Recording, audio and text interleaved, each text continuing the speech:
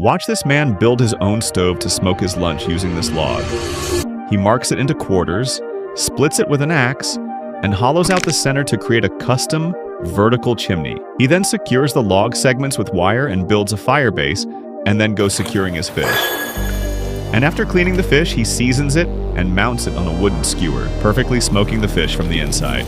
The final result is a rustic, wood-smoked meal enjoyed right in the wild. Look at how satisfied he is taking that first bite. If you enjoyed this wild cooking technique, make sure to like and subscribe.